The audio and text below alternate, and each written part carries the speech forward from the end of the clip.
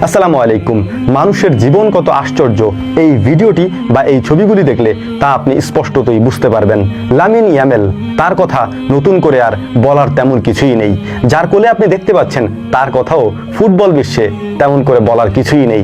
Lionel মেসির কোলে যে ব্যক্তিকে আপনি দেখতে পাচ্ছেন, যে শিশুটিকে দেখতে পাচ্ছেন, এই শিশুটি বর্তমান সময়ের স্পেনের সুপারস্টারই বলা যায়। মাত্র সদ্য শেষ হওয়া ইউরো কাপে যিনি তার দ্রুতি ছড়িয়েছেন, আলো ছড়িয়েছেন, এই লামিন ইয়ামেলই আজ থেকে প্রায় 16 বছর আগে ন্যু ক্যাম্পে বার্সার ফটো সেশনে এই বাচ্চাটিকে দিয়েই ফটো সেশন করানো হয়েছিল লিওনেল মেসির। সেই লামিন ইয়ামেল আজকের ফুটবল বিশ্বের এক সুপারস্টার বনে গেছেন। মাত্র 16 বছর বয়সে লামিন ইয়ামেল এখন স্পেন দলের প্রাণভোমরা। এবছর ইউরো চ্যাম্পিয়নশিপ বা ইউরো কাপ যারা দেখেছেন তারা লামিন ইয়ামেলের কথা হয়তো ভুলতে পারবেন না। এর কারণ হচ্ছে মাত্র 16 বছর বয়সের এই বালক যা করে দেখিয়েছে, ফুটবল বিশ্বে এইরকম রেকর্ড হয়তো খুব কমই রয়েছে। সেমিফাইনালে ফ্রান্সের সাথে তিনি যে গোল করেছিলেন, ওই গোল এখনো সবার চোখে লেগে রয়েছে। তবে সব থেকে মজার একটি বিষয় কি জানেন? এই লামিন ইয়ামেল একজন মুসলিম খেলোয়াড়।